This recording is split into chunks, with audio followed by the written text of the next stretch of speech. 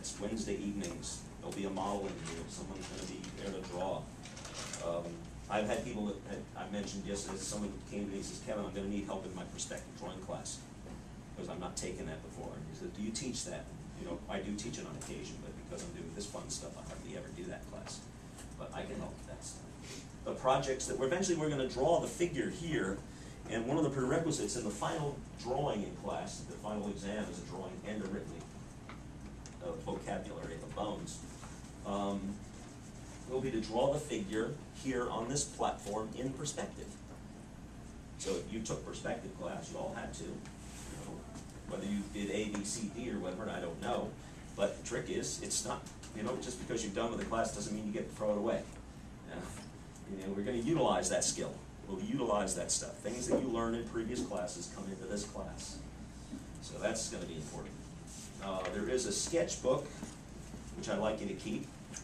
I think I have a blurb on that. And it's really just, you know, in the sketchbook, you want to, that's not a sketchbook, that's really, it's heavy stuff.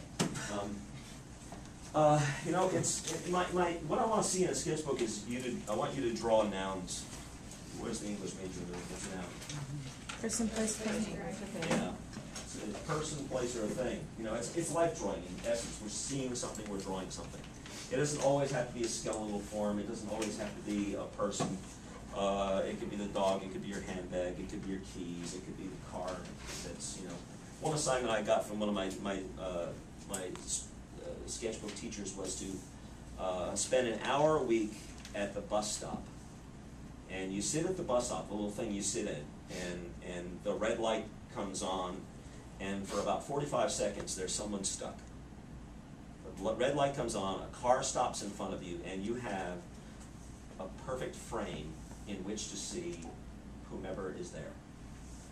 Inside the window is somebody there, and now they're talking on that cell phone, because it's in the car, it's okay. They are switching stations. There are some guys doing their eyeliner. There are, of course, they are checking their hair,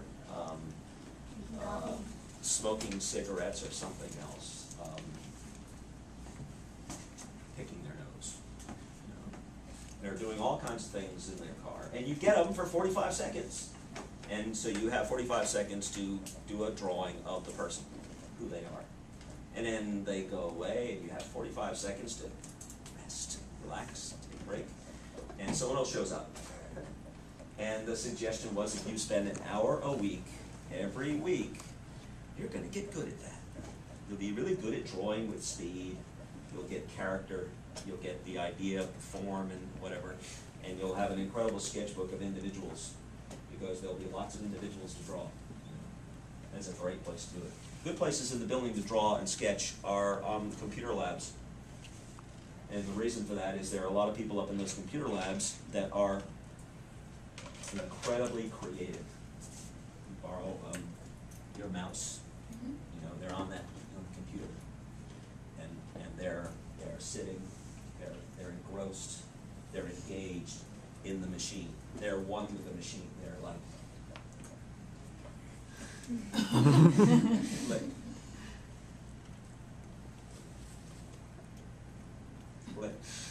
there's a puddle of drool on the floor.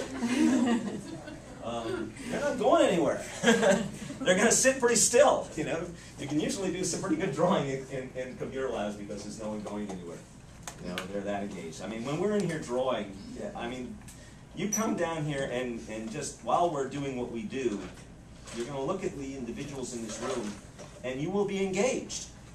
The model will be up here. We will actually be in a confab of intelligent interaction with the pencil, with the subject, with the paper. Up in the computer labs, they're engaged. You know, it's a total different mindset. It's amazing.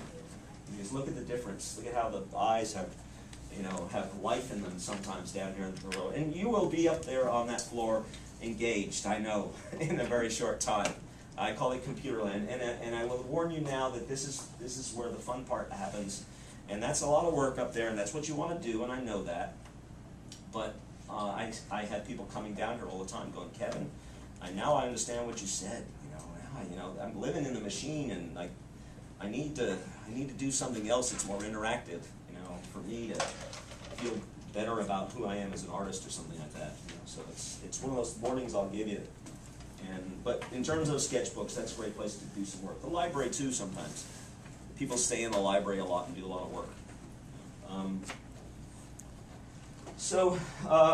Sketchbooks are important. I'm going to look at those every 2 weeks. Next week will be the first time. Okay, so for a couple of minutes is what I'm asking of you really per day. Is look around and look at something physical. Don't draw your little anime characters that you've already done. You know how to do that already. Okay, now it's time to study other things. Draw hands. Because I don't draw them well. The other thing is take on the problems that you already know you have. I really am terrible at drawing hair. That's hard. Okay, so you study hair, study people, and what does hair look like.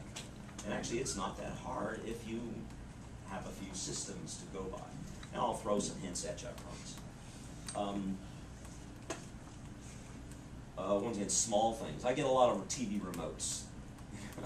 I've got to do a drawing. Feet are good too. Easy thing is get the little mirror out of whatever corner of the house and put it on the floor. You do watch a little television every now and then. You squeeze in some time. And so the mirror is down there on the floor, and depending on how you put your foot, you've got a foot to draw. Without the sock usually. And so, jewelry sometimes. And I look at things and I think to myself, what does plastic look like, and what does metal look like with that gray bag of mine, the white one? What have I done with it? It's here someplace. There it is.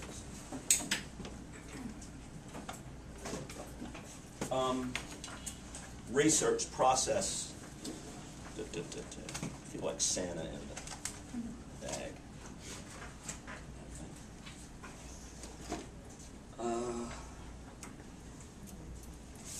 This is a relative.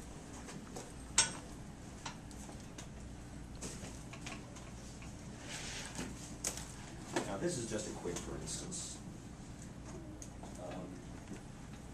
I'm drawing hand.